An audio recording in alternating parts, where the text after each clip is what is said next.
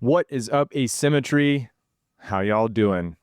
Oh man, had the opportunity to sit down with an absolute pioneer of bonsai in North America, Jerome Rocherolle of Shanti Bithi Bonsai, a legendary facility at the cutting edge of the bonsai practice in North America for decades.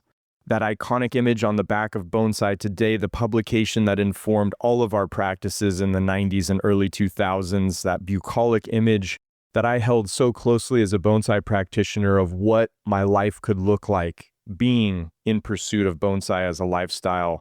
I had no idea what to expect sitting down with Jerome and his son Durdam when I decided I was going to be going to their facility and talking about their journey. But it was such a pleasure. It just gave me so much more insight into the depth and the possibilities of this life as a bonsai practitioner, the spirituality, the motivation, the dedication that it takes. It was truly humbling to get to enjoy my time with these two individuals, learn about Carol and Jerome's journey raising Durdam and his brother over the course of the build and operation of Shanti Bithi, and the path that they took as a family to make this facility such an influential part of our bonsai culture in North America. I invite you to sit back, relax, and enjoy the journey of Shanti Bithi, everyone. I mean, it's what a pleasure to be here. Obviously, Shanti Bithi has had a huge impact on myself personally, but on North American bonsai in general. You're a true pioneer. Well, I never really thought of myself as that, but looking back, I guess there's a lot of history. How did this start? The first bonsais I saw was just at a Shemin nursery in Greenwich, and I said, I like this, and that was it. Then I contacted a nursery in Japan, got my first shipment. I didn't go there to pick out the bonsais. Just followed, just did what they recommended. We're not that successful at first because they were bare root. We didn't really know how to handle them. So we were losing 50-60% of the import. So my wife was definitely not happy with that whole experience. Well, yeah, but where did you grow up? How did you get into, you saw them in Greenwich, but did you have a background in horticulture or nursery or anything? Where did you start? No, absolutely no background in horticulture, but I was working in New York as a perfumer. Okay. And it's just not what I wanted to be doing. Mm-hmm. So I just closed up, left New York, came out to Connecticut, and then rented the parking lot at a small deli that was down the street. And started selling plants and flowers. Interesting. And it was, I don't know. And you weren't around, of course. What? So did you grow up in New York? I grew up mostly, I was in Scarsdale. Okay. But we were really in America only because of the war. So we really were supposed to live in France. Okay. And, were you a first-generation immigrant, or were your parents first-generation, and you were born here? My parents were, they were the first, but they never considered, they were always French. Uh-huh. Even when they got here, they're still French. Yeah, French. Of they course. Never got there. They never, they stayed French. He was very active in the what do you call? I can't even remember. The Chamber of Commerce. He was the head of it in New York for France. Uh-huh. So there we lived. We'd go spend 3 months in France and the other ones in the States. Yeah. Where in France did you guys stay? Well, we had a home there. Uh-huh. And we'd go there, or my grandmother's, and we would just, that was our life. Sometimes when I'd come back in school and ask me a question, I'd answer in French because our family, that's how, they do that now, I'm sure, in Spanish families. They mix the two. One speaks Spanish, the other one answers in English. Right. So I was a little embarrassed in school speaking French. Right. Was there a large French population that you guys were able to associate with since your dad was head of the chamber? Yeah. They were all active business people. They weren't here to try to make a new life.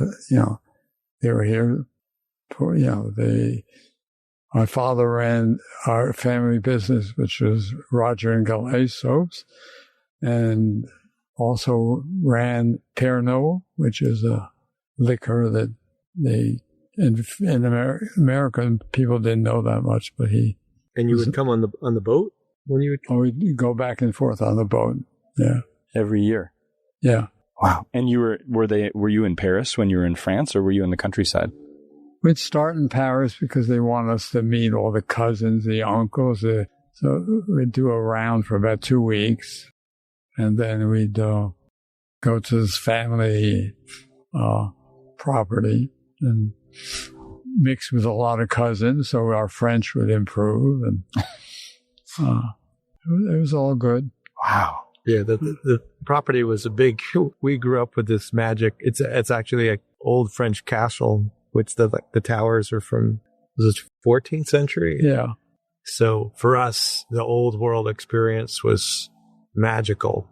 We grew up going as kids, and the castle always stays the same. Right. Right. It's just, had a great appreciation for the things that were old and that would get taken care of, or who had years, because the castle had such a kind of identity and consciousness with something that had been here for a long time. Right. And that, you'd respect it. You'd care about it because, Dad would point like, this has been here for hundreds and hundreds of years. Yeah. I remember my brother imagining how many people had eaten or come through there, or eaten in the dining room. So that was always neat for us as kids as well. So you're a perfumer, and you didn't like it. No, I mean, because we were already in kind of that same business. I mean, my first job was with a fragrance company. And, I just, by default, I just started doing that. Had a couple of successful fragrances, but I just didn't like living in New York, and I didn't like, that whole life. Yeah. So you see Bonsai, and you say, that's what it's going to be. How old were you when that happened? 26, 7. You're young. Yeah. Yeah, I guess when they came, I mean, his mom also tells a story. I mean, Dad just was like, we're going to the country. She was pregnant with me, had my brother who was 2 years old. And Mom was like, okay. And Dad, was there just kind of. Unfortunately, I didn't plan. It was kind of, we're going to have to do this, and we'll see how it works. So there's also a lot of stories. My mom ended up writing a book, actually, too, what's called The Landscape Diaries, Garden of Obsession. Nice. But it kind of brings up that first period, which was a bridge table in this parking lot, and they had bought a bunch of annuals, and Dad was like to Mom, all right, you sell. And my mom was, that kind of passed over to me, of like she was going to sell out, everything. And then she's happy today. Yeah. Yeah. Big sale. Yeah. We can feel that. But in a beautiful way, like it's just kind of the journey as it presents itself. And that's one of the things I've started to learn from Dad. It's an amazing story, even how I approach things to his way of creativity.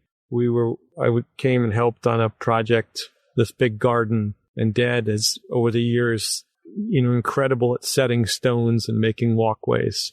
And this was the first time that I was going to help him on this. And I had a very methodical way in my head of seeing what I thought would be the walkway. And almost OCD is like, all right, it's going to be this stone to this stone to this stone all the way there. And these are big, huge stones. And they're not your typical like walkway stones. he has the ability to see a stone that looks like it has nothing to do with a flat walkway and find it and then kind of bury it. And it's not manipulated. It's not, worked on. And then he starts that, but they're big and they get dropped in. And I remember we were about 4, maybe 6 stones in. We got this one stone and it's big, heavy machinery dropping the stone in. And it wasn't where I had kind of seen it. And I was so upset, and I'm like, it's like the world was coming to an end. This like now it'll never be what I had seen. Right. And Dad looks at me, he's like, no, don't worry. When it's finished,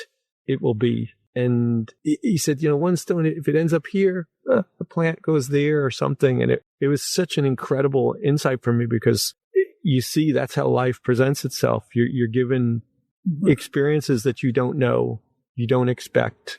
They may be really, really hard. They may be traumatic, but if you keep going, it's part of your journey. Well, with bonsais, it's exactly the same thing. You cut the wrong branch or something, and then you just creative process goes into another mode and sees it from a different angle, and the cut is not bad at all. And really, it was a good one. Right. You create something you didn't see. Yeah, sometimes. I'm not saying that's the way you should do it. But that was what he would always say to me, like when I'd get upset, oh, you cut that one. And he's like, we'll see. It'll grow, it'll be a new experience. And in fairness to that, when I look, I've always been scared or saying, oh, this tree's going to fall on this or that'll break of some of the maple trees. We have an incredible collection of Japanese maples. And the same thing, a tree will get damaged. And then I saw with Daddy, he's like, no, that's part of the tree's life. It'll be character. It'll now take on a new leader or a new way that it wants to grow. And as I spent more time around Dad and Mom and saw that and saw, because when I came back to help, it was still with an attitude of like, intensity and like, I thought I was going to come help with their business and be efficiency expert, and I'll spend a couple of weeks and then I'll go back to California. And what I did was I really kind of saw, and fell in love with the experience and saw how meaningful it is to just dial it back and slow down and see what this world is all about. Yeah. So I had grown up in it, but maybe sometimes you're not as aware of it as you are. But back to there's incredible stories, to recircle back when they were doing this. I think it was the early 70s, mid 70s. And Dad was always looking for things that had meaning to him and that inspired him. I think we were drawn to that bonsai side and those early trips to Japan, even for myself, were just unbelievable. Like coming up from here to see that world and just all the culture and the respect and the lineage of how things are revered and passed on was really impactful for me as I was really, really young. I mean, maybe first time around 10, and then these formative years is like 12 and 13 years old when you kind of see, and I'd see how Dad and Mom would behave. And when they would show, go to these nurseries, and we were all the same. We kind of grew up in that world of if you show respect, and I mean, you can tell a little bit more about that too. It was this experience of they wouldn't show things. All that was like you'd have to come through these levels of tests, right. Unspoken chess. Exactly. Yeah, and they loved Dad and Mom. They just had with Kushida. Yeah, no, we had a great time. That was very fun. We'd visit up to 10 different growers. And it was just fascinating to me at the time. So when you decided to leave the city and come out here and start working with plants, you didn't immediately jump into bonsai. You were working with annuals and perennials, and you just wanted to get into the countryside. Yeah, I just didn't want to go in an office, and happy to try to start a little enterprise. And you see bonsai, and you say, I want to do that. And you said you ordered some trees from a grower. How how did you even meet somebody at that point? You're saying this is in the 70s? I mean, the channels to bring bonsai from Japan into the United States are not well charted at that time, I'm assuming. Absolutely not. I mean, first I went to the embassy and give me a name, some nursery that exports bonsais or something. So they gave me Yokohama Nursery, which is a very old Japanese nursery, and they supplied, they are like a middleman for the growers. So they would take me to different growers. This is the kind of trees I want, and that's how we'd put an order together. But at first it was sight unseen. It was just, just ask them for Japanese white pines, and they'd tell me, it costs $5 or something, or so. Those times were different. I mean, right now they're 500, I guess. Yeah, sure, or more. Yeah, more. And this is all by letter. Yeah. So you're writing letters back and forth to Japan. Yeah, it wasn't like the thing that amazed me the most was when the fax machine. When they first came in, it was like, whoa, it's incredible. We just visited a nursery and they already sent me a whole list of what I bought. And so that was fascinating. But the first trip I had no idea what I was getting into. Right. But the whole experience in Japan and just the trees was just different. I mean, I didn't really want a conventional nursery. It didn't seem.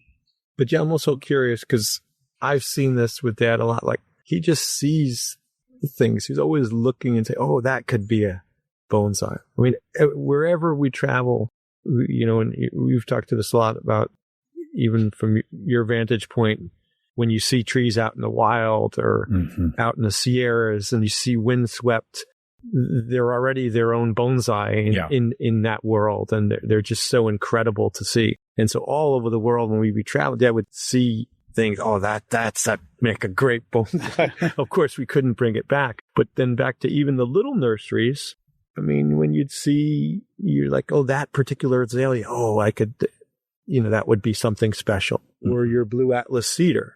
What was it? When would you start that blue atlas cedar? No, the first ones, they were for sale at a wholesale nursery, were these small blue atlas cedars. And they were, whoa, I liked them and started, doing it myself or buying them or, was just a big part of what we were doing as a nursery. Do you feel like you were exposed to creativity in your parents' business in the making of soaps and scents? Do you feel like that was embedded in the French culture? Like, where did this sense of seeing and kind of feeling beautiful things and having the urge to create beautiful things, where do you think that came from for you? Well, my grandparents, my father always had greenhouses, not commercial ones, but and so I was always exposed to that. It was something that was part of I took for granted. I mean, I thought everybody had a greenhouse. I mean, so many of the things I experienced were unique to me and not really universal to all other people. So I had a different way of looking at things. And so I would, even in the gardening or, it was just different. And so I think that helped me a lot in the evolution of my kind of interest in horticulture. Mm-hmm. So when you went to Japan for the first time, how long after that first shipment of bonsai that you received did you go to Japan and visit in person? I think I waited like 2 or 3 years. And I did my first trip to Japan. And, it was not only dealing with the horticultural aspect, it's just the whole way the Japanese culture that's a whole learning experience right there. That took time. Mm-hmm. Whereas I made friends and relationships, they were more open to me, and I was open, and we realized, yeah, we all love plants, and we like what we do. So yeah, especially when you go to the growers. I mean, the salesman, yeah, that's a job, but the growers, they really wanted you to appreciate what they were doing. They really took pride in even though they were making commercial bonsais, they still they thought they were doing something special. Yeah. Yeah, it was their craft. And to me, they were really special because, never would I have thought it would evolve to your level of expertise in this. It's true. I mean, we were, on all the techniques and all that stuff, I was absolutely clueless. Yeah, I do always feel, and I mean, it's just factual, what's led to where we are now is a byproduct of people like you. Because, like I said, the back of Bonsai Today always had this very idyllic image of something I always aspired to exist within. That picture for me was like a space that I always wanted to, and I told myself when I started my apprenticeship, even if I can't make a living doing bonsai professionally, at least I'll have a beautiful backyard.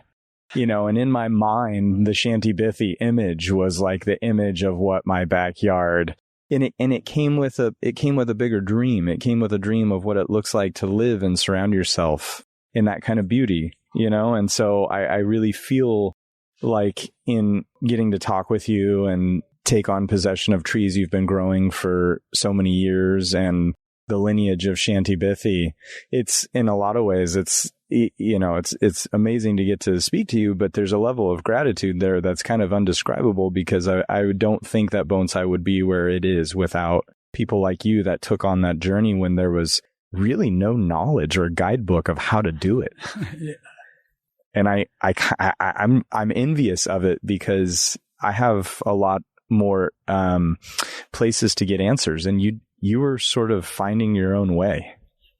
Yeah, we never did it to try to make money. So it really was just the love of the bonsai culture and just Japanese culture as well. I mean, I don't think I'd have the same interests in bonsais if it wasn't for the relationships I developed with people in Japan. That made it, I was not a tourist. I was there, for where I appreciate their hard work. And, it was always fun.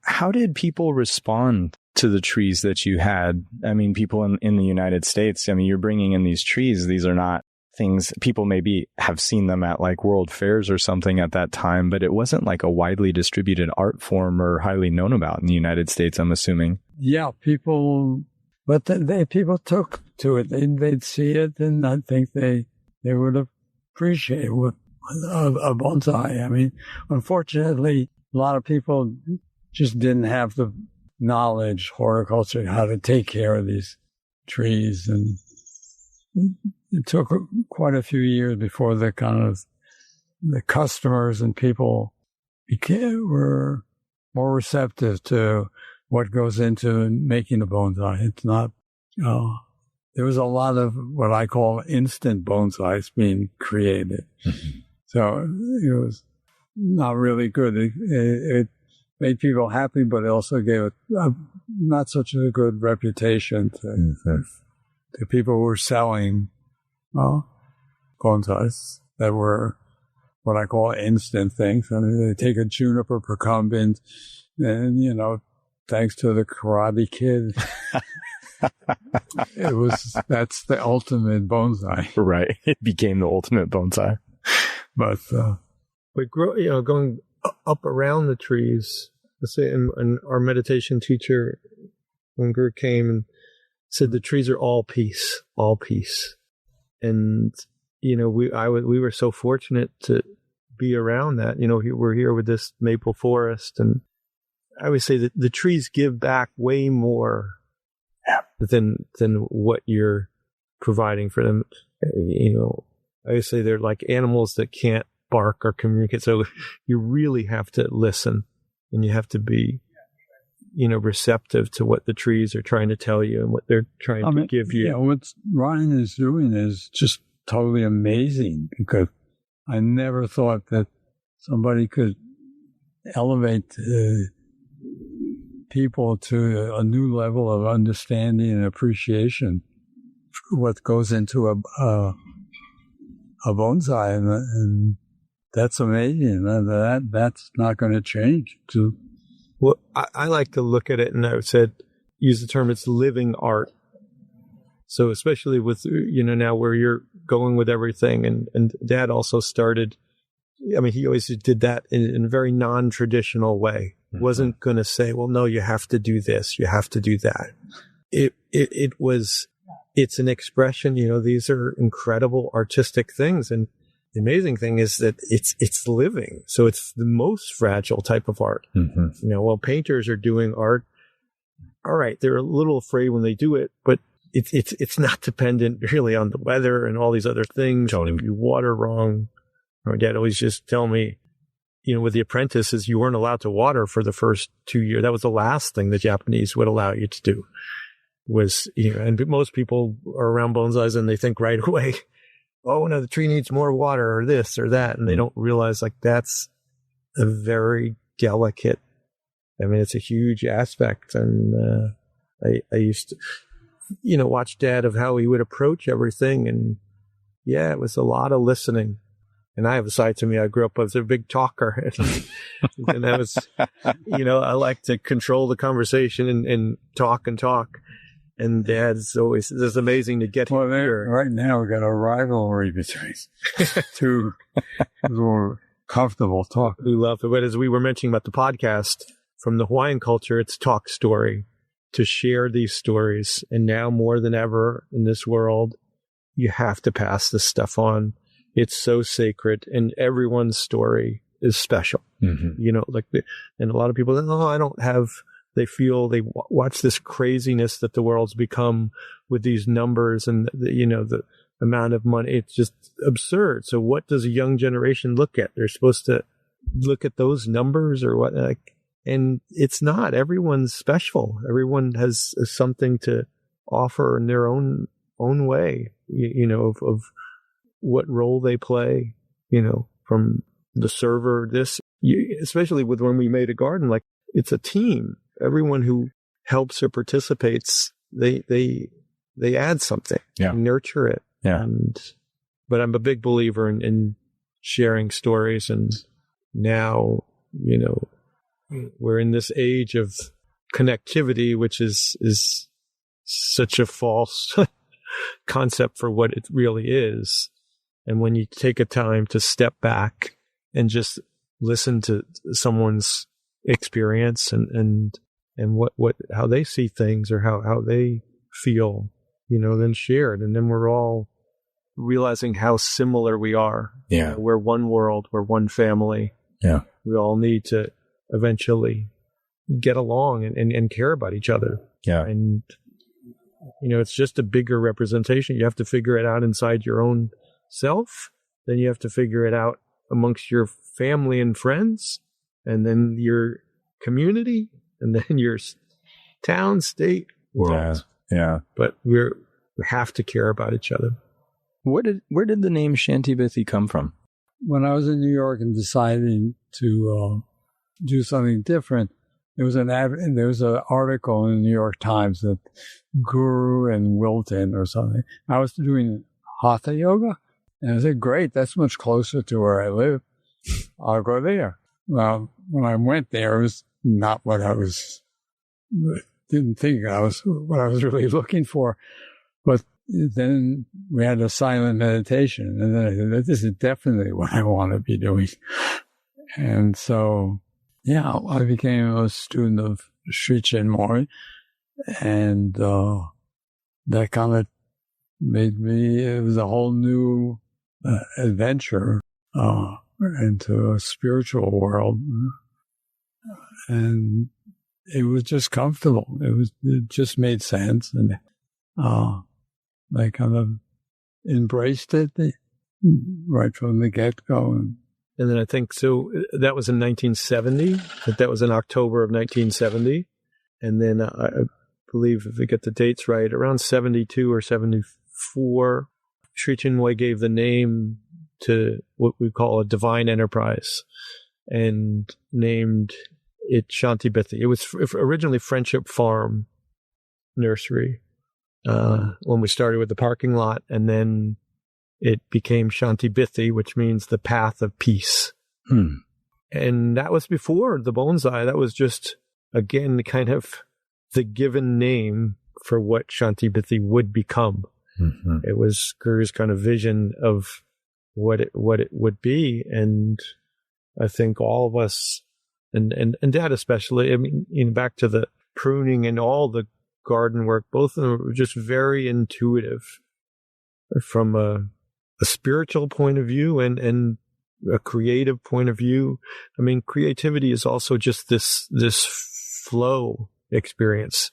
I mean, I was worried when Dad stopped doing all as much of the big gardens. What would he do to fulfill that creativity? And then one day, I don't know what it was, he was out in California with us, and he started painting. He'd never painted, and I mean, someday we'll do a show, but they're extraordinary. They're totally different than things that are out there, and you can tell a little bit, but they happen to be all these trees, but they're trees from a different world, and they're actually watercolor. Yeah, they're from my imagination. I mean, I just live in this tree world. It's not like I go out and, oh, this is a nice scene. I can't do that. I'm not even qualified from just physically being able to draw that well. But when I go into my dream world, then yeah, I like them. So I can't say, Durdam likes them. But so I do them now just for my pleasure. It gave me great joy just to do it. But also looking at the circle of things and how they reach. You were mentioning your experience looking at the back of Bonsai Today, and now we go back to how Shanti Bithi became Shanti Bithi. It was very important for Dad and Mom with the bonsais because they felt it was this offering. They just, even though it wasn't about the business, you couldn't afford it, would lose that, but they would work the garden jobs to make sure that Shanti Bithi could exist. Mm-hmm. And for years, Michael came, people would come, they would come, and it was their own little pilgrimage there. And it was this sanctuary, this special place that, certain people knew about, and they'd come through, or they didn't know about it and they'd stumble upon it. And it was this place of just peace and beauty and inspiration. And then now we look and get great joy. I said, when I start to see what you're doing, and because it's a level of love and discipline and commitment, it's all these things that are so significant. And everyone's searching right now a little bit, like, where are they going to ground them? Where are they finding meaning? What was it? We talk about the work world. How do you find a job that is meaningful, that you feel at the end of the day, you feel good, you feel happy? We want happiness. Dad used to tell me always, you want to work hard and then go to bed tired, and then find something that means something. And they were blessed. They got to work in that environment. But yeah, the creation of these trees, and it's so special. So we continue to take care of them, and we're so happy that you're doing that. We had this experience with the Boxwoods. Those Boxwoods Dad found, he'll tell the story, but I mean, almost 50 years ago. Yeah. Oh, at least. Yeah. Yeah. And just kept caring for them. And they were bonsais in hiding because they didn't want to show themselves for their own reason. They're waiting for someone to care for them and it's almost like then you open them up and they get to show their beauty. They get to show their piece. They get to give people something. Yeah, I can't wait to see what mine does with you. I'm really excited. I'm really excited. Where did you find them? How did because the Boxwoods of Shanti Bithi are pretty legendary. Yeah. Well, we were at that point, we were like a regular nursery, getting nursery plants you buy, sell. And there's a nursery out in Long Island that was closing. And one of the things they had these little 1 gallon Kingsville Boxwoods. I said, these are good. I said, okay, what kind of like what Ryan did to me? How much for all of them? And I said, okay, I'll buy them, which was, even then there was, a little over 100 of them, I think, or less. And, they said yes. And then I started taking care of these in 1 gallon, and 5 years later, maybe in 2 gallons. And they're always caring for them. They were, at the house, and they're boxing. And I go, you don't think anything of this. You're a kid. You're growing up. You don't really want to do what your parents are doing. Totally. You're going 100% the other direction. And I remember they're there. And this is almost an embarrassing story, but the way our property was, but I think it got in some little argument or fight. And I'm like, and Mom was worried about me driving. And she's like, they're blocking the exit. And it's like the side of the property or the front. And I'm like driving through there. And of course, later it was like, Dad's running up because his box coats are there. And I'm about to drive our Jeep like through the side little post rail fence to go and just get away as a 16-year-old. But they just always kept, and Dad was like, where's the boxer? No, the boxer's going to be here. All right. The Boxwoods. And, it was years before then you started to be like, all right, they're ready. And Dad would have time to like start on one and do it. But then the year later, many years later, when I came back, you have a fortunate for me, an opportunity to be with my parents and kind of relearn and respect what their life's endeavor was. And also see that when you grow up around it, you take on a lot more than you think. Yeah. In a just a beautiful, beautiful way. Yeah. And the lessons that you learned were incredibly profound. And it just was maybe time. It took time before you were really ready to listen and hear. But it's all stored in there. And then you can hear your parents, you can hear your mom, like, in a beautiful way of those lessons that are kind of passed on. Yeah. Yeah. It's interesting because you grew up and everybody had a greenhouse and you just thought that was the way that it was. Right. And you grew up with the byproduct of that, which evolved into a life surrounded by and passionate about plants and trees. And it is always interesting to have that kind of born in. You're cultivated as an individual with that. And I think that's a different thing. When I see people, I didn't necessarily have that. My grandma had a vegetable garden that I used to have to go weed and water and work in as a kid. And I hated it. It was so hot in Colorado. It was like on a south slope. It was just, the sun was so intense and it was miserable. And she had a lot of raspberries and I had to pick the raspberry bush every day and, just stuff like that. But I really realized like that possibly is like the precursor to my bonsai passion. And when I saw bonsai at 12, it just clicked. I saw it and I said, wow, 12. Yeah. And 12. I was 12. I saw it at a county fair and I love that. And I said, that's what I'm going to do. And that was it. From that point on, that was it. I saw a Bonsai Today, my first Bonsai Today, a month after that. And I saw Mr. Kimura's work in it and I said, I'm going to go study with him. And that was the path that I charted for myself. Destiny. Talk about past lives of just seeing.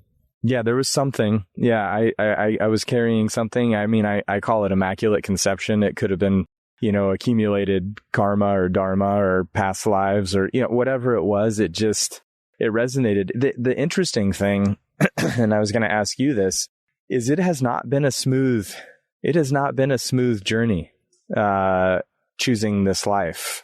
And for as much as there's a beauty and romance around it, was it ever hard? Well, it was definitely a challenge. I mean, because that was bonsais who were just part. They were trying to earn a living. We're raising 2 boys.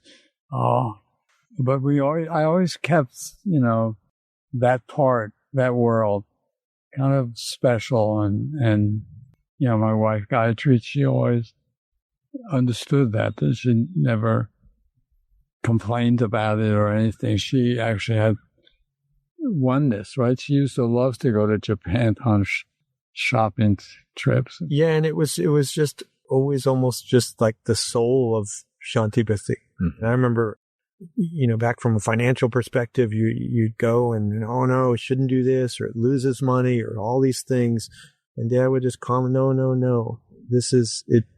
You just quiet everything down, mm-hmm. and then just work harder. They would just work harder. I mean, doing other things. I grew up, Dad had a Ford truck, stick shift.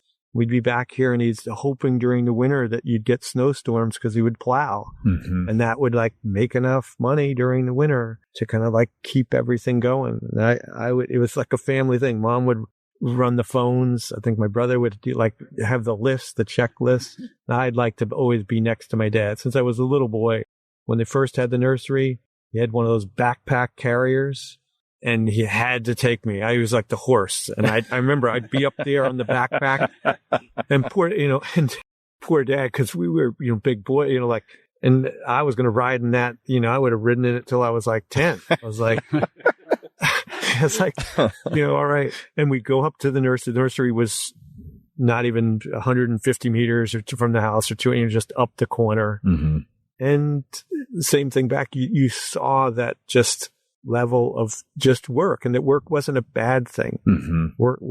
Work was something to be grateful for. I mean, they were both, mom said she was 16, worked as a candy striper, and always work.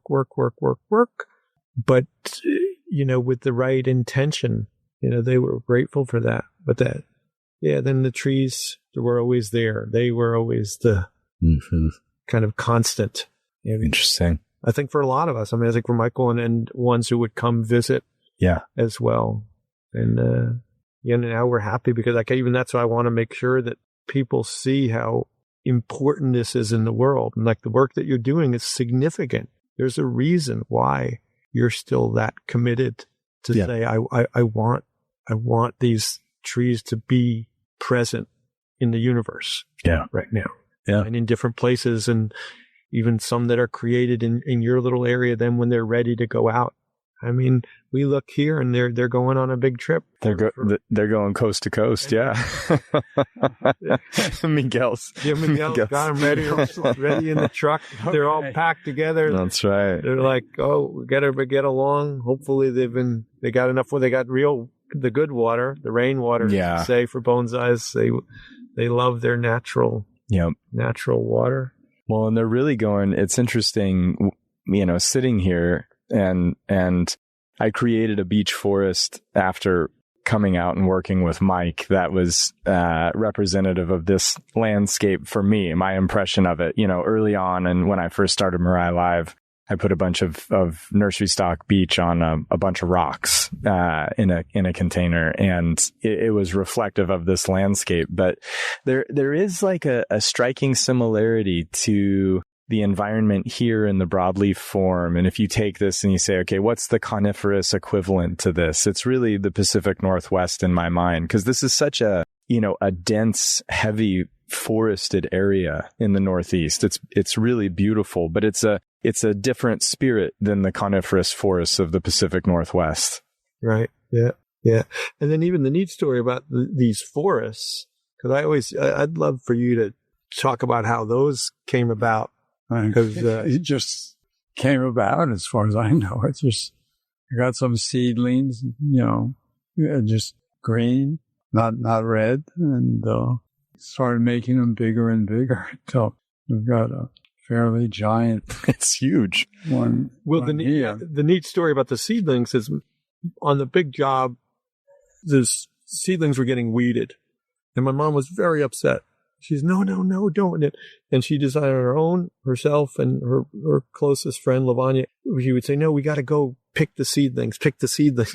So they would pick the finger-sized seedlings, bring them back to the barn and put them. And now 30 years later, 25, 30 years later, these were all not grafted maples. They were grown from seed and their own creations, unnamed, and these forests. And I think for years when Shanti Bithi had the other location, we were still doing these slabs. Dad loved these slab forests that he was doing. You know, for years in New York, Botanical Garden would borrow some of these, and it was nice. People got a lot of joy out of this novel, whatever. Yeah. It wasn't a bonsai, but it was just a forest. Something organic, yeah. You've talked, I mean, we've kind of talked about the spiritual aspect, and it sounds like when you found your yoga instructor, or maybe more like a guru or a spiritual guide, how much did that change your approach to this whole thing, or did it just enhance it? Was it compatible from the beginning? I think it was quite compatible. It was not a conflict to what I was doing, other than it occupied a lot of time, because spiritual, it's work. You don't just sit cross-legged in front of a master and you've accomplished what it's hard work. It's fun, but I don't know how to say it. No, I love that. I mean, even expressing that is really meaningful to me, because we always like to talk about meditation and spirituality just being all, the peace side of it, and even bonsai is supposed to be a peaceful experience. Right. But as Ryan knows and Dad knows, like, I'm the one who comes in for the peaceful experience, and Dad's like, they don't always look like this. Like, I'm like, oh, I want the trees, I want everything. And he's like, well, you got to be prepared to do the work, to care for these things. Yeah. And from a spiritual, now Sri Chinmoy, we were, as I said, from 1970, now it's 55 years. He's in the heaven world. But, all of that experience was also a level of discipline and work to how you meditate, and how meditation then becomes part of many aspects of your life. So you don't have to just sit cross-legged and now I'm meditating. And bonsai is such a beautiful way to experience meditation. And I mean, I come from a real athletic background as well. What you were going to say? No, I was just saying, like, just the way you have to focus on creating a bonsai. I mean, you really enter another world. It's all consuming, and it's kind of great. I mean, just like, can't think of anything other than what you're actually doing. You're working on that tree. Yeah. And it goes over long periods of time, a year, 2 years. It gives you a different joy at looking or appreciating them. It's always evolving. And from a meditation, like if you're teaching meditation, it begins with concentration. So there's different, like, simple exercises that you can start with. You can have a candle flame and just focus on the candle flame. And then your concentration will move into meditation. Sometimes a lot of people are like, I want to meditate. Especially now. Like, all right.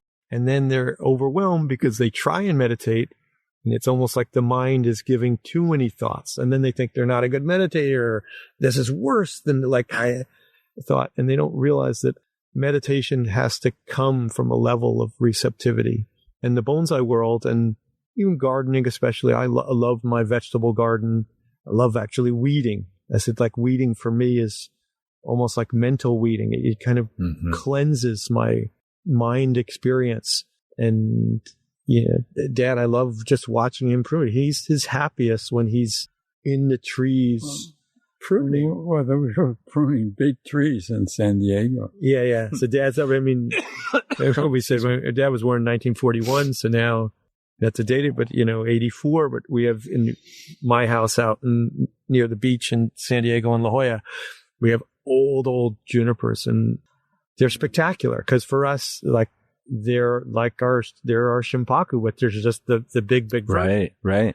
So with Mom upset as can be for years, Dad's climbing up in that tree, and all the neighbors, everyone who comes to the beach, they're all watching him prune away, and he's got his pruners and this and but he's so happy up there. No, I mean, they're not bonsai, but they're certainly look like a bonsai, and all of the Hoya shores there. Now my littlest is, and growing up with a lot of land in the forest, and I've come back to the bonsai world. My little place, there's a 6,800 square foot lot. But what we did with just the little things, it just shows you can create a small garden. Yeah. That is totally magical. Yeah. And I love it because I keep it open. So everyone who walks by, it's like a magical secret garden, and they see Dad's tree. And now the last few years, I've finally said, I'm going to come up. This is like a little boy again. I'm like, I'm coming up with you. For half of it was because I said I hear my mom in my ear, dangerous. So I said, and Dad didn't want to change. He's like, I'm climbing the ladders. I was like, no more ladders, please. Like, no one. So I get this aerial lift finally, and he still wants to get in the tree because he doesn't really see it as much, but the lift has been pretty good. And then I'll go up with him and I'll see what he's up to. And you start to learn in his world of pruning. Yeah, it's just tough because it grows so well. That is a fact. That is a fact. You do a great job, and then 6 months later, gotta go. Yeah, we were already talking. We have to go back, and as you know, you'll get it looking just perfect. It is as good as can be. You're like, you want that moment, and you savor it, but that's life. Yeah, life. We know. I mean, I go back to my analogy. I was an athlete for so many years. I was a decathlete and trained 8 hours a day for 12, almost 15 years. And you build yourself up so strong, you're 2% body fat, you're like the peak of the peak. But what I realized, and you see people you get sick, changes in 2 weeks. Yeah. And like you cannot, as much as I want to control everything, and I tried to control everything, we can't control it. Impossible. So you look for those moments. And back to the meditation, someone asked me, "Oh, do you meditate an hour, 2 hours? Isn't that?" I said, "You're only looking for one moment, and when then you've meditated." So you tell people, don't be so hard on yourself, and you just want to find a moment. And these moments, they're everywhere. They're sparkles. So if we look around here and these places that are cultivating peace, there's all these light. And the universe, the planet, the planet is giving us everything. And, this is our time to say, oh, let me give back. The same way I came back to take care of my mother. She gave me everything. She did everything for me. There's the roughest when you're totally challenged, and not seeing it. And then I knew it's the time now. It's what a gift to come and back. And that's how we have to look at the earth. It's our gift to do it. It's your gift when you start to see you're working with trees, you're trying to love them, care for them, and that other people will be given a moment of peace. Yeah. What was it like to say goodbye to Shanti Bithi? I mean, we're still here. There's still I'm really shocked. There's so many trees. When people say, Shanti Bithi closed or, something like that, it's like you'd be hard pressed to call this closed. But when did you say goodbye and why and how was that? It was really just evolution. My wife was saying, we can't keep that store, just sell it. And she sold it. She didn't really give us a chance to argue any other way. But we always had the barn, which was our yard. for trucks and just horrible place. And we started fixing it up there. And so it's very hard. I mean, selling all these plants one by one, I don't know. It's just, appeal to us that much. So we said, let's just take care of them. And so we got satisfaction just out of nurturing what we've done, and we'll see where it takes us. But for the time being, if we can afford it, we're just going to take care of everything. Yeah, still make it better. Even from Shanti Bithi, like, remember they had worked on, one incredible, big garden for so many years, and that was like a painting for Dad and Mom. And when it was complete for Dad, it was complete. It wasn't, oh, well, we can keep doing this because from a business standpoint or a money standpoint. It was, he's too, sincere with his own creativity. Mm-hmm. But like, it's always been about the honesty in what he was creating, not for like, oh, someone wants you to do this. Trust me, if you ask him to do something, that's not happening. Like, it doesn't follow that route. But Shanti Bithi, you mentioned, from how the name came and from Sri Chinmoy and our guru, we're like the keepers of Shanti Bithi. It wasn't to be sold. So it wasn't like most people approach and said, oh, did you sell Shanti Bithi, or where there was so much value, or that. Even with the garden that they were on, we did such an untraditional thing. We went and said, no, we're going to give you, we want you to take all the work. They know how to care for it. And it wasn't you purchase it, no one does that. Usually they're like, well, you created all this value, you're going to sell it. No, it was much more, what is the soul of even that garden want? How is that cared for? And what's best for also these ones that gave so much to us? All of the whole family, 30 workers, and we were more worried for them. Dad, the mom kept working for so many years because they wanted them to have work and jobs, and they gave so much. So it was, Dad said, you know what? We give this, they're cared for, that garden's cared for. And then Shanti Bithi, what is Shanti Bithi? Shanti Bithi is still the path of peace.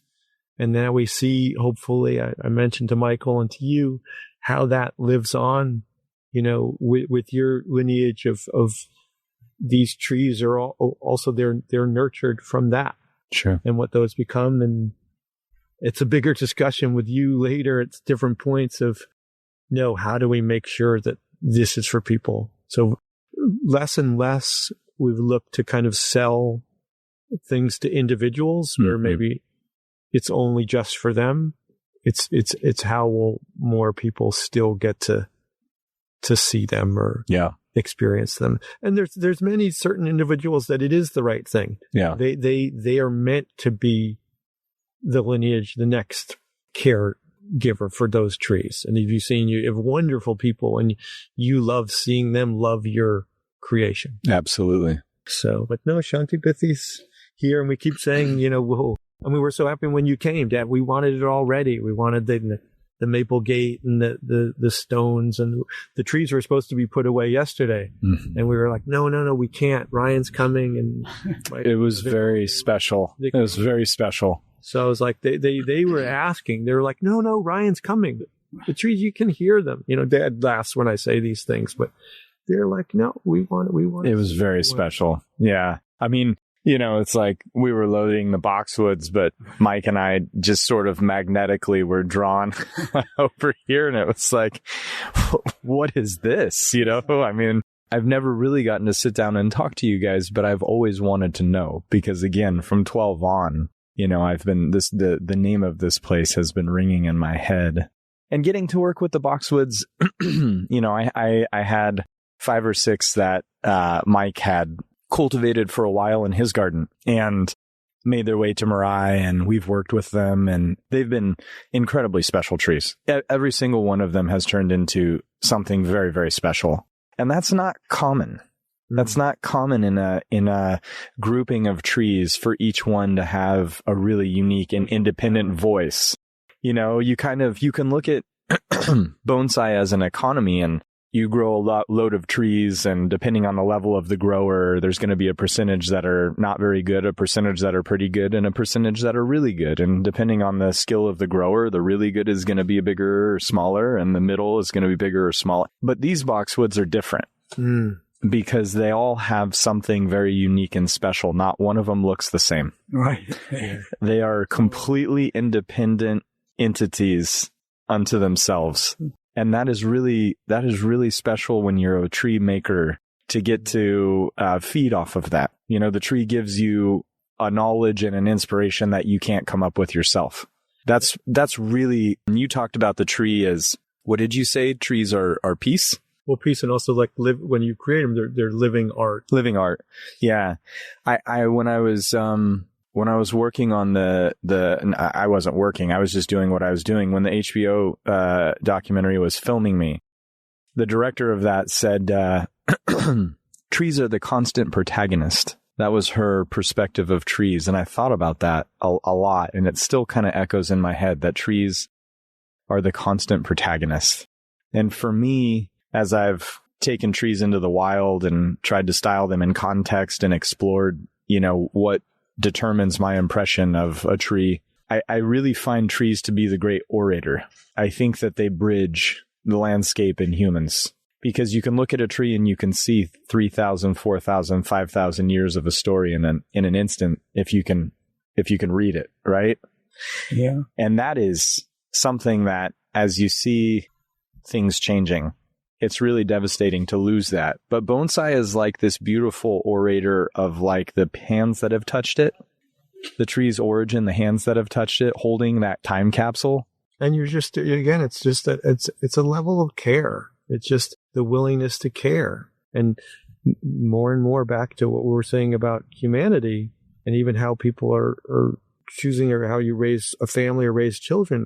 You have to care. You have to be the one to care and go through the challenges and the struggles and do that. You can't just say, it'll turn out. Yeah. It doesn't turn out. It turns out, I look at myself. I was like so energetic and wild, like, oh my God. But I needed those boundaries. They were strict for all the right reasons. And I'm so grateful for that. They were watching. They were on top of me. And that's partly because the way they had to watch the trees. If you don't watch the trees every second you come back, they're gone. They don't survive. Yeah. They're so fragile. They're not like, the bonsais. It's like, someone missed 2 days watering. Dad will say, well, you'll see later. Yeah. That tree will pass. And they'll say, no, that was because that hot days, someone thought, they're fine. And that's the same way I look, why are your children, they're challenged later? Well, where were you? What were you doing? Don't have these children if you're not going to give that level of sacrifice. Yeah. Because they need it. They deserve it. Yeah. They love it. But I love the rooting. We look at this tree, this magnolia, this was over there. So I get great joy out of a lot of the ones that were like suffering and thought like, all right, this tree's like, it's done. It's like it was in a pot. And we were just there, and I'm like, we a lot of times will go, I don't know, just no, put it in the ground. It'll be happy. Get it in the ground. Even with some of the bonsais, his favorite thing. Do you remember? Look, they're gone. Someone wants to throw it out. No, get it in the ground. It'll be give it a few years. Yeah. And there's something to that. It's also humans need that. It means be rooted. Root yourself. Yeah. Get in the ground. Get your feet in the dirt. And realize like that's what you need. We need now. We're all towards the electronic world, and everyone feels shaky because that energy isn't what humanity's meant to experience. There's certain aspects where it can help. That's okay. But we need to be rooted. Yeah. You need to be around these trees, and you need to care for them. They're sacred. I mean, I grew up here, climbing all these trees. Our house bordered the reservoir. It was our magic world. We had the little wall that went towards, there was a mile to the reservoir. My brother was one brother is 2 years older. We'd come home from school. You didn't even go in the front door. You threw everything in there. And then we were just like wild. And we would climb over that one. As soon as you were there, you were in this world of the trees and the river and the twigs. We'd make these little boats and down the little creek, and we just knew we had to be within where you could hear mom, mom, boy, like boys, like, because then we'd have to come back, for dinner, to quote it, such special. Grew up with my mom also reading this Giving Tree by Shel Silverstein. Yeah. And that book, was like so important for me in my life. For a generation. Yeah. For multiple generations, but our generation for sure. Super. That was a big one. Significant to see that book and understand how much these trees give. Yeah. Constant protagonist. Did you see any similarity to raising bonsai trees and raising boys? No, the bonsais was my break.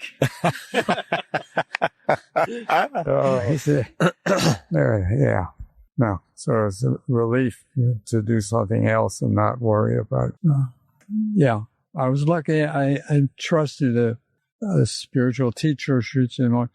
So most of the problems he solved, like they wanted to go overnight with him, no overnights. Mm-hmm. And since I wasn't the one saying it, they seemed to accept it. They weren't so rebellious towards me. Mm-hmm. They were pretty accepting. So he was a big part of your whole family. Oh, yeah, absolutely. I mean, we were really, really fortunate to grow up with a spiritual life. Yeah. Which... Yeah, it's just any spiritual life, it doesn't matter, Sri Chinmoy or somebody else. It's just to focus for your children, at least, on something spiritual. It's so, his brothers, my grandsons, unfortunately, they don't get the same kind of spiritual exposure. Mm. Yeah, but in different ways. But then I see I'm happy because I spend a lot of time in the water. And so like the ocean and the water is a spiritual world for me. Feels like surf culture's got that component to it, right? Surf culture has always had that. And then it's like everything. It's a balance between that, because if they feel like they're getting away from the essence of what the ocean is supposed to be teaching you. I say the waves for me, it's like the heartbeat of the world, because they come in pulses of like a swell, and you're very connected to the universe, and the water is purifying. And when you dive under a wave, it's just all silence and same thing, the beauty. There's so much available there in the water. And then like everything, you hope that you'll take that and then disperse that. From, back to Sri Chinmoy, it was a great, great peace run. And you're in Oregon, and my brother, like the first peace run back in 87 was running through, it goes through all 50 states, and it was carrying a torch, and that torch was supposed to represent your own inner peace. The peace is cultivated in each individual. So if you cultivate peace in yourself, then you can give it to your family or those around you. Like we always look at peace as this massive thing, only just the fighting and war and peace of that. But it starts in the most simplest form, which is your own inner peace. And that's really what we're looking for. But we were on that run in Oregon, and it was amazing because you're running with the intention to kind of pass the torch and say like that we're one world, one family, and that peace is important. It's important to cultivate peace. Mm-hmm. It doesn't just come about. Like back to what Dad said, and with trees, everything, we have to be aware. The first step is just awareness. When you go around, just being considerate of people, saying, you don't know what they're going through. Mm-hmm. You don't have to right away judge, they have this politics or this philosophy. That's okay. Like, just let that be, and then just care. And in the end, hopefully we all return to that and say we're a family that cares about each other, that gets along, because it's just a bigger version of your own thing. Most families have struggles, fights, then years the brothers don't talk, the parents don't talk, and then later they go, what was I thinking? Mm-hmm. Why I let so many years with pride and anger or jealousy or these things. you have to wash that away. But back to the surf and water and the mountains, it washes all these things away. Dad's spiritual name is Gangadhar, which is the Ganges. The source of the Ganges. So what my inner calling is how to bring purity and, with water. Water cleanses everything. So that's my name. Wow. On a light note, we call it Yogi 101. It was 48 years ago.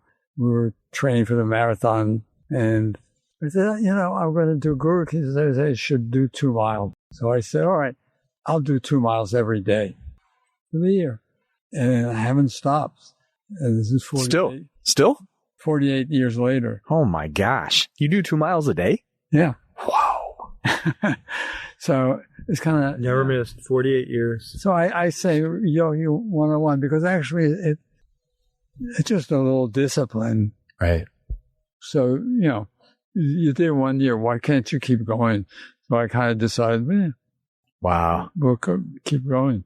So we ran before you came. Did you? Until the Japanese runs, the big challenge. So when you'd fly to Japan, remember? I had to do it. Oh, no, in Japan, I was on the way back. I hadn't run yet. We were about to board flight back to New York. So I said, what can I do? I had a backpack, and I don't know why. I just went outside and started running. Well, it didn't take the Japanese very long to see who this nut is running around the airport with a backpack. So I got pulled. I got to catch that plane. And you told them you were doing your run, right? And yeah. He finished his and they appreciated that. Finished his run. They accepted. Okay. They said, do you run and then get on the plane? No. But I think maybe you weren't allowed to. You didn't put the backpack with them. But I say 101, just simply, it's a discipline. You bring discipline in your life. It's you can do it. It's not so hard. Did you ever look at bonsai as a discipline, or was it sort of the break from discipline? Yeah, I mean, everything about bonsai was just nice. It was just something that gave me satisfaction right away. Sometimes I would be doing other things, and then, I know I want to do that to that tree. So I stop whatever I'm doing, I go back and work on that tree for the rest of it. And my art now, my watercolors, it's the same way. It's not like I can just turn it on and no. Right. I get a moment, and I can't, I do it. And then I'm totally happy with the result. Mm-hmm. So, and I think with bonsai, that's what happens. You get so into what you're doing, and you see the tree like miles forward, and you see it. Maybe other people don't see what you see, but it's there. I mean, it's a great feeling. It's just nice.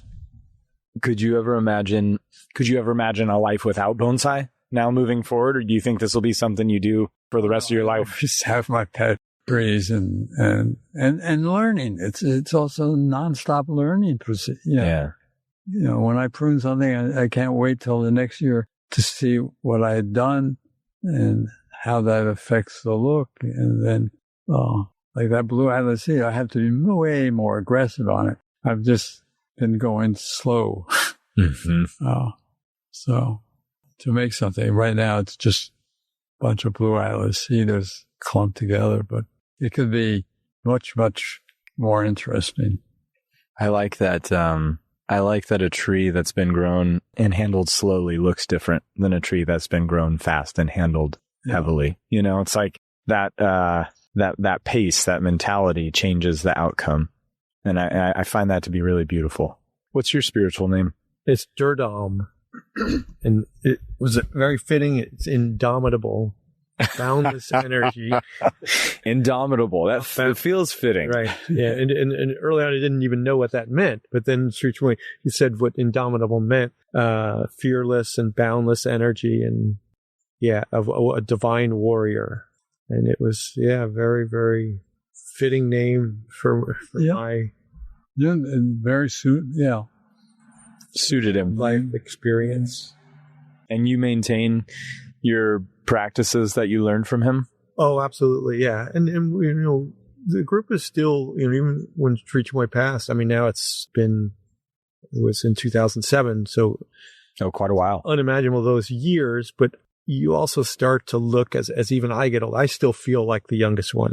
I grew up with such a wonderful group of elders in the spiritual, in Sri Chinmoy's path, and which is also really neat because as a young person, you have, back to the Hawaiian side, all these uncles and aunties, and you're learning lessons. They're looking out for you. And if you look, you see what they do, and you see ones who work hard or do things or who are good meditators. And, it's because not everyone's the same in that. Yeah. Meditation's like a muscle.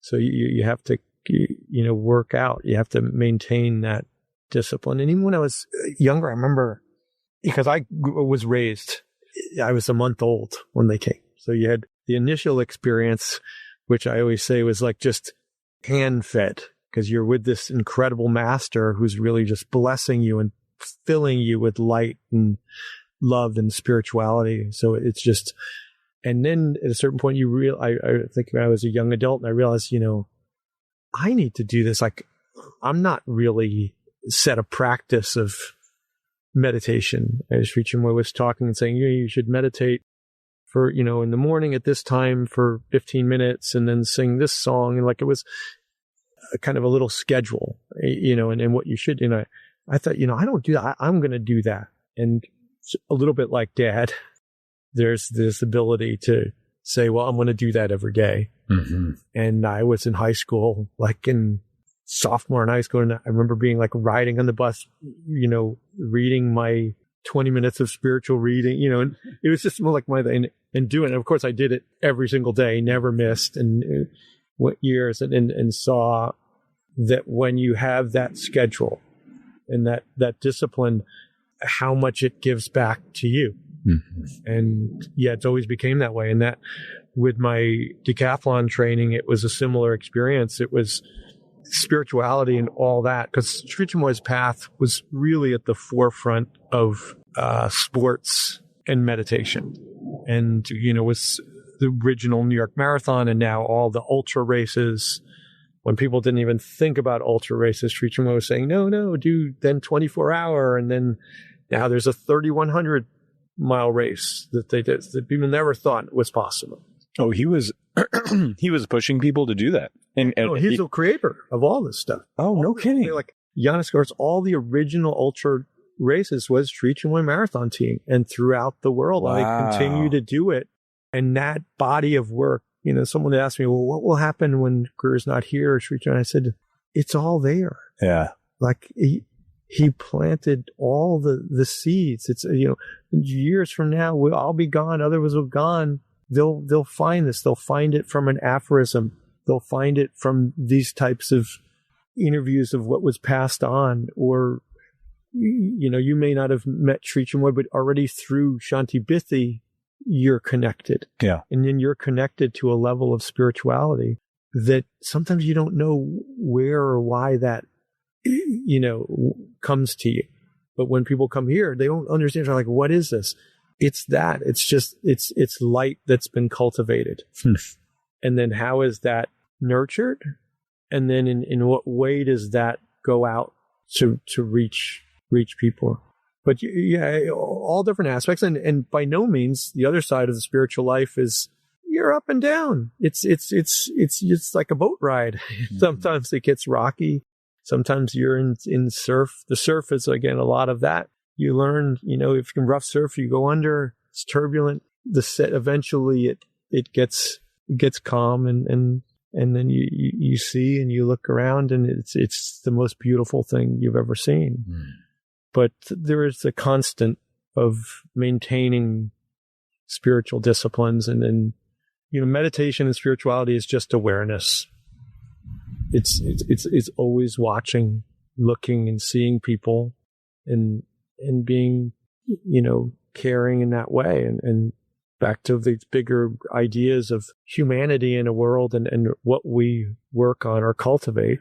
it's that. So I just have spent a lot of my life, all of my life, with that having the overall intention. It's almost like spiritual life first. Mm-hmm. Then you can do the things. So, and the spiritual life will provide. When you're younger, you're like, oh my God, you're so dramatic. What am I going to do for work? This young generation, one was just now the son of a friend. He's graduated and they put him in a job as an internship for a big accounting firm, and he's miserable. So it goes ahead. I was like, and then usually the aspect of that is like, oh, that's such a bad thing. Oh, we had such hopes that would be what you would do and it would provide security and all these things. And then even the person gets upset. They think, oh God, I'm a failure. I'm this. And I told him, no, that's great. I was like, now you know what you don't want to do. Mm-hmm. Like when you see that's how life is. So don't beat yourself up and don't say, well, I failed at this or failed. You didn't fail. That just sends you in this way on your path. Right. When we're on a path, in the forest, just when you see one road, you're like, oh, that's not good for me. I don't like that road. That one just doesn't give me joy. Then you're going in a different way. And then sometimes all of a sudden you see, well, you're just so happy in something. I remember when I first went to California and I was training and I had this whole schedule and I was working at a vegetarian restaurant, and I was just so happy. And like every aspect of my nature, physically, I was happy because I was doing all the training. Mentally, I was at peace because I was focused on things. Vitally, it used so much energy. So I wasn't emotionally all over the place. Everything was in a good place. Mm. So that's available for everyone. You just, and back to our bonsai world. That's one area that's also sacred. It's a sacred.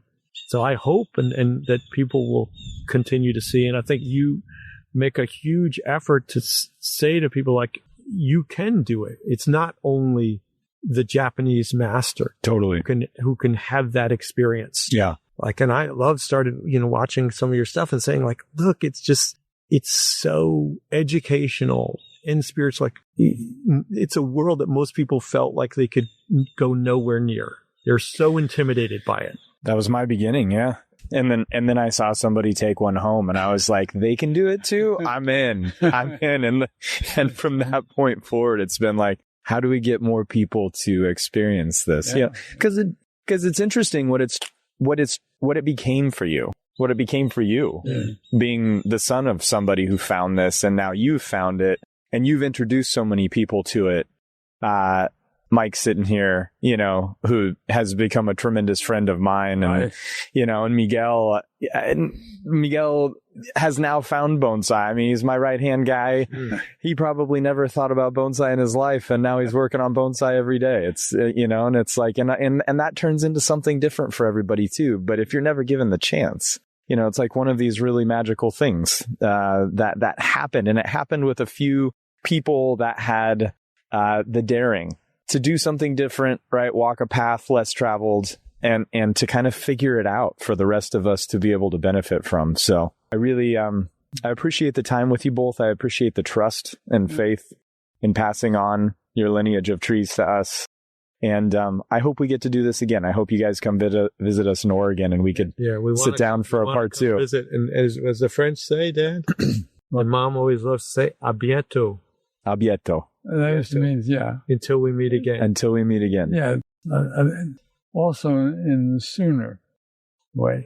Oh yeah, it means don't let it be too. And Dad's saying it's like absolutely let it be too long. Sometimes we always say, and then you say, oh, why did I wait? So right. It's the French like to be. We see you soon. It's more see you soon. Yeah. Well, I hope we see you guys soon. Definitely want to see your place. Yeah, we want to come visit. Please make the trip. Hasta pronto. Right. Thank you guys so much. Yeah, what a pleasure. Yeah, thanks for the visit.